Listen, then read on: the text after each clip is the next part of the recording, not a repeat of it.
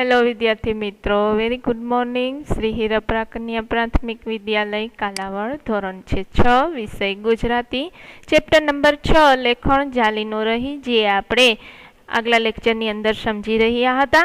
તો આપણે સમજ્યા કે કરંગસંગ અને હરકસંગ શેઠ વચ્ચે જે વાતચીત થાય છે તે આપણે જોયું હતું.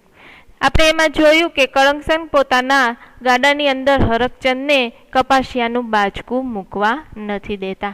ત્યાર પછી ઘણું બધું છે એ કરંગસંગ હરકચંદને કહે છે કે તમે પણ તમારી દુકાને કોઈ ઉધાર લેવા આવે તો તમે તેને ત્યાં ઊભા પણ રહેવા દેતા નથી. તો આ વાતનો બદલો લેવા માટે કે આ તો આ વાણીઓ માંડ કરી અને હાથમાં આવ્યો છે તેવું મનમાં વિચારી અને જરૂર એટલે કે પોતાને દાંડાઈથી જ પોતે હરકચંદને મદદ કરતા નથી અને ગામને ભણી એટલે કે ગામ તરફ પોતાનું ગાડું છે એ જવા દે છે. હવે આપણે આગળ જોઈએ કે આ જોઈને હરકચંદ શેઠને શું થાય છે તો કે એમને થયું કે ભીત શોષરવું સૂજ્યું, એટલે કે એમને સ્પષ્ટ રીતે આજે સમજાઈ ગયું કે કરંગસંગ છે એ નરાતર એટલે કે ચોખ્ખી એમ કે દાંડાઈ જ કરી છે. એટલે કે એમને સમજાઈ ગયું કે આપણે એમ કહીએ ને કે હાથે કરીને જ એમને ના પાડી છે. પછી એમનાથી બબડી જવાયું કે મારા રજપૂતે કરી છે ને કાંઈ, એટલે કે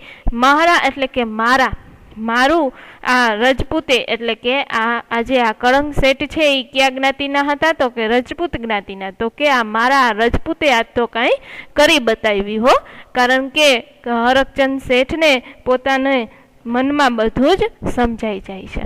હવે જોઈએ આગળ કે કપાસિયાનો કોથરો માથે લઈ અને હરકચંદ ભાંગેલ પગે બજારમાં પાછા ગયા. ભાંગેલ પગે એટલે કે થાકેલા પગે પાછા જાય છે અને આ વાતને માથે થઈ અને વરેક શેકના વહાણા વાઈ ગયા. પણ મદારીના કરંડિયામાં સાપ જેમ ગૂંચળું વળીને પડ્યો હોય ને એમ આ વાત એમના લમડામાં રહી ગઈ.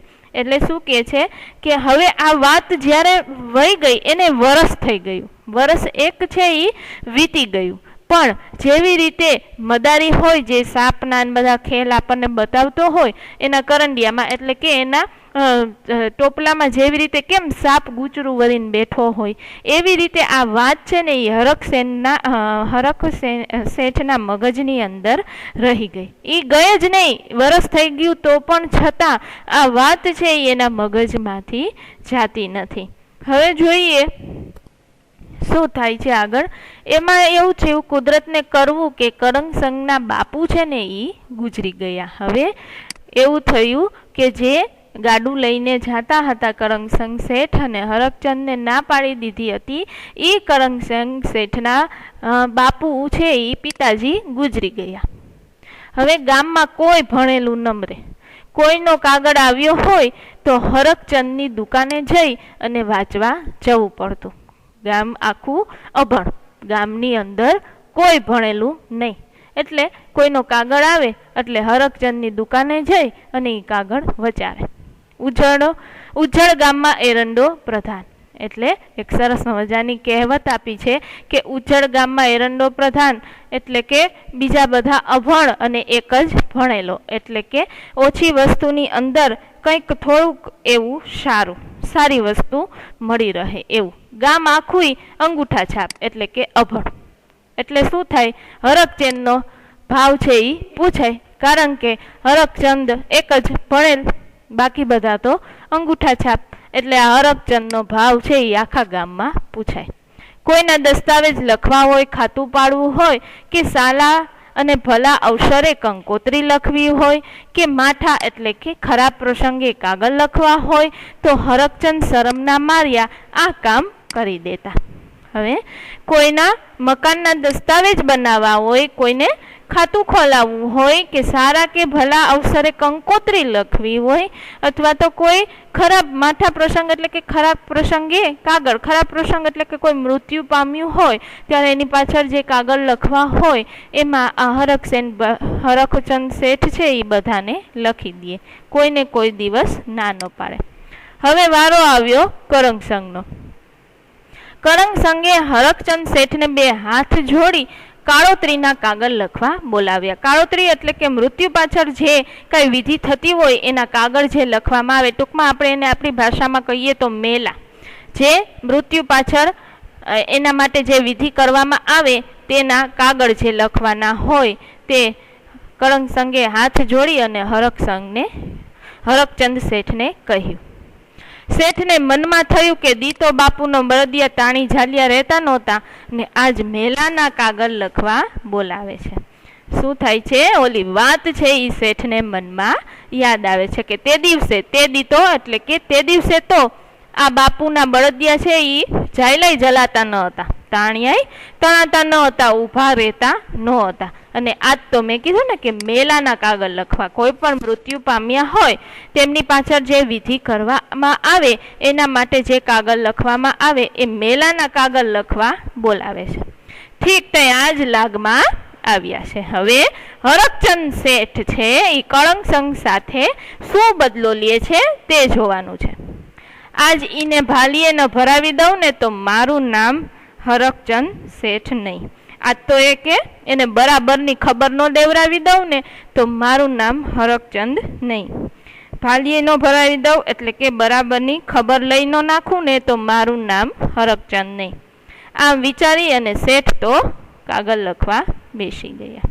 હવે જોઈએ કે કળંગ સંગે એમાં એમના બાપુનું કારજ પાંચમનું રાખેલું. કારજ એટલે કે મૃત્યુ પાછળની વિધિ, એ પાંચમનું રાખેલું છે, પાંચમની તિથિનું રાખેલું છે. શેઠિયાએ થોડાક કાગળ પાંચમના, થોડાક છઠના, થોડાક સાતમના, આઠમના, નોમના અને દશમના અને 11ની તિથિના લખી અને જવા દીધા. હવે શેઠે કેવી દાંડાઈ કરી? સૌ પ્રથમ તો કળંગ સંગે દાંડાઈ કરી હતી. હવે હરકચંદ શેઠનો વારો આવ્યો કે હવે તો આને હું આજ બતાવી દઉં. હવે કળંગ સંગે એમના બાપુનું જે મૃત્યુ પાછળની વિધિ હતી એ પાંચમની રાખેલી હતી. પણ હરકચંદ શેઠે એનું શું કર્યું તો કે થોડાક કાગળ પાંચમના લખ્યા, થોડાક છઠના લખ્યા, થોડાક સાતમ, આઠમ, નોમના, દસમના અને 11 સુધીના લખી નાખ્યા. એટલે કે રોજે રોજ છે એ મૃત્યુ પાછળના કારજના કાગળ લખી નાખ્યા. પછી તો ભાઈ એક દિવસનું કારજ હતું અને એ લગાતાર 7 દિવસ સુધી ચાલ્યું. કારજ એટલે કે મૃત્યુ પાછળની વિધિ એ એક દિવસની હતી, એની બદલે લગાતાર એટલે લગોલગ 7 દિવસ સુધી ચાલે. કારણ કે કાગળમાં જ એવી રીતે લખાયેલું હતું. હવે એ કાગળ આપણે બીજાને દઈએ, જેને આપણે વિધિમાં બોલાવાના હોય મહેમાનને, એને તો 7 દિવસ સુધી ચાલ્યા. ઓલા જાય ને ઓલા આવે, ઓલા જાય અને ઓલિયા આવે. એટલે કે એક જાય ને એક આવે, એક જાય અને એક આવે. હવે કળંગ સંઘના કુટુંબવાળા સંધાય એટલે કે બધાય વિચારમાં પડી ગયા કે મહાણું આ ચેમનું વેતરાણું છે.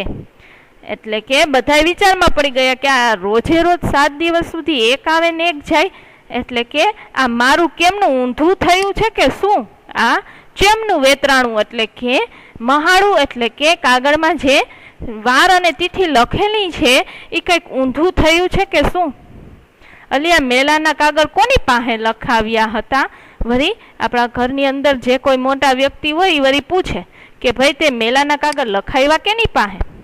કાગળ તો મેં હરકચંદ શેઠે લખી દીધા હતા. શું કહે છે કે મેં તો કાગળ હરકચંદ શેઠ પાસે લખાવ્યા હતા. એ તો ડાહ્યું મનેક છે ને, એટલે કે એ તો ડાહ્યું માણસ છે ને, મનેક એટલે કે માણસ, કે એ તો ડાહ્યો માણસ છે ને, એ કાંઈ ઉઠીને થોડી નવી ભૂલ કરે હો, એ કાંઈ આવી ઉઠીને ભૂલ કરે નહીં. શેઠિયાને બોલાવો અને પૂછો તો ખબર પડે. એટલે કે હરકચંદ શેઠને બોલાવો અને પૂછો તો ખબર પડે કે ભાઈ તારે લખવામાં કાંઈ ભૂલ થઈ ગઈ છે કે શું? આ તો ખમતીધર ખોરડું છે, પણ કોઈ મોડા પાતળા માળાનું ખોરડું હોય ને તો ખેતર વેચવાનો વારો આવે કે બીજું કાંઈ. એટલે કે શું કહે છે કે આ તો પૈસાદાર માણસ, ખમતીધર એટલે કે ખમી શકે એવું ઘર છે એટલે વાંધો ન આવે. બાકી સાવ નબળા માણસ હોય, સાધારણ માણસ હોય, મોડા પાતળા એટલે કે સાધારણ માણસ હોય, એનું ઘર હોય તો ખેતર વેચવાનો જ વારો આવે. કારણ કે લગાતાર 7 દિવસ સુધી જો કારજ પાછળ મહેમાન આવ્યા કરે તો એને જમાડવા કરવા બધો ખર્ચ તો થાય જ. તો હવે આ તો સારું છે કે કળંગસંગને પૈસે ટકે સારું ઘર છે, નકર તો ખબર પડી રહી. હવે હરકચંદને શેઠને તેડું મોકલ્યું, એટલે કે હરકચંદ શેઠને બોલાવ્યા અને હવે પૂછે છે. હાથમાં ધોતિયાનો છેડો ઝાલી, કાને લાંબી લેખણ ખોસી, માથે રાતી પાંચારી પાઘડી અને પગમાં મોજડી પહેરી અને શેઠ કળંગસંગના ફરીએ આવ્યા. સૌ કોઈ પૂછવા લાગ્યા. હરકચંદ શેઠનો કેવો માભો હોય છે એ આપણને અહીં બતાવે છે કે ધોતિયાનો છેડો એ હાથમાં જાયેલો હોય અને કાને લાંબી લેખણ ખોસી, એટલે કે કાન પાસે લાંબી કલમ લખવાની ખોસે છે. માથે લાલ કલરની પાંચાળી પાઘડી પહેરે છે. એક પ્રકારની પાઘડી છે, પાંચાળી પાઘડી એક પ્રકારની પાઘડી છે. અને પગમાં મોજડી પહેરે. આવો સરસ દેખાવ હરકચંદ શેઠનો અને આ દેખાવ સાથે આ કળંગસંગના ફરિયામાં આવે છે. બધા પૂછવા લાગે છે કે હરકચંદભાઈ આ ચેમનું બફાણું છે? શું પૂછે છે બધાય? કે આ ખોટું થયું છે કે ખોટું લખાણું? બફાણું એટલે કે ખોટું થવું. આ શું ખોટું થયું છે? શેઠિયાએ ઠાવકું મોં કરી અને માંડીને વાત કરી. શેઠિયાએ શું કર્યું? એકદમ વટથી મોઢું કરી અને વાતની છે એ માંડીને વાત કરી કે મેં આવું શું કામે કર્યું? તો સાંભળો ભાઈઓ, વરદી મોરિયાની આ વાત છે. બધા જે મહેમાન બેઠા છે એ બધા સાંભળે એવી રીતના હરકચંદ શેઠ બોલે છે કે સાંભળો, 1 વર્ષ પહેલાની આ વાત છે. આ કળંગસંગ ભાઈ છે ને એ ધંધુકે હટાણું કરી અને ગાડું લઈને ગામમાં આવતા હતા. એ સમયે બજાર સોસરો હું કપાસિયાનો કોથરો લઈ અને એમના ગાડામાં મૂકવા ગયો. તે દી એમના પાણિયારા સંધ્યા બળદો છે ને એ જાણ્યાય નહોતા રહ્યા. શું કે છે કે 1 વર્ષ પહેલાની આ વાત છે, જ્યારે ધંધુકાના તાલુકામાં કળંગસંગ છે એ હટાણું કરવા ગયા ને ત્યારે ગાડું લઈને ગામમાં આવતા હતા. એ વખતે છે ને હરકચંદ શેઠ છે ને એ બજારમાંથી વચ્ચેથી નીકળે છે કપાસિયાનો કોથરો લઈને અને એના ગાડામાં મૂકવા માટેનું કહે છે. પણ તે દિવસે એમના આ બળવાન સંધ્યા બળદો, એટલે કે બળદની એક જાતિ અહીંયા આપણને કહેવામાં આવી છે કે એ બળદો છે ને એના પકડાતા નહોતા, એટલે કે તાણીને ઊભા રાખે ને તોય રહેતા નહોતા. હવે એમના બાપુનું કરજ ટાણે કાગળ લખતા લખતા મારી લેખણ ઝાલી નો રહી. બહુ તાણી ઝાલી ખમ માને તો ને. શું કે છે કે જ્યારે એમના બાપુનું કરજ હતું, એટલે કે જ્યારે એના બાપુ મૃત્યુ પામ્યા તે પાછળની જે વિધિ હતી ત્યારે જે કાગળ લખતા હતા ને તે મારી લેખણ છે ને ઝાલી નો રહી, એટલે કે મારી કલમ છે ને એ મેં ગમે એટલી ઝાલી ને તોય ન રહી. હવે આ કેવો બદલો વાયરો કે જ્યારે કળંગસંગના બળદિયા છે એ ઝાલિયાઈ નહોતા રહેતા, હવે હરકચંદ શેઠના છે એ લેખણ એટલે કે એની કલમ છે એ પણ લખતા લખતા રોકી નહોતી શકાતી. ખૂબ મેં રોકવાની એને કોશિશ કરી પણ માને તો થઈ. વાત દાહ્યા અનુભવીએ કહ્યું. હવે કેટલા બધા માણસો આવ્યા હોય, એમાંથી અમુક માણસો સમજુ પણ હોય. તો એમાંથી એક માણસ બોલે છે, હરકચંદ શેઠ, મૃત્યુ તો વહેલું મોડું સૌનું કોઈનું આવવાનું જ છે. આજે આવે કે વર્ષ દિવસ પછી કે 2-3 વર્ષ પછી, પણ મૃત્યુ તો નિશ્ચિત છે. એટલે મૃત્યુ તો કોઈ પણનું આવવાનું જ છે.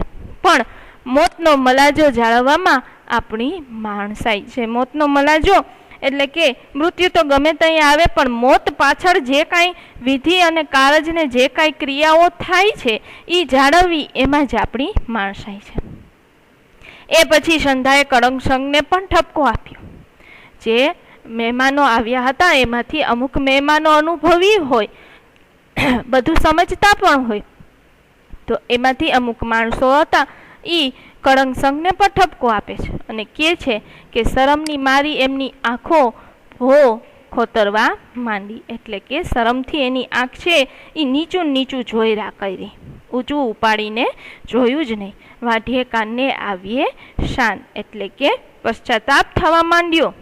જ્યારે કાનમાં એના વાઢ્યા ને ત્યાં એને શાન આવી કે મેં આ ખોટું કર્યું. હવે એને એકદમ અફસોસ થાય છે.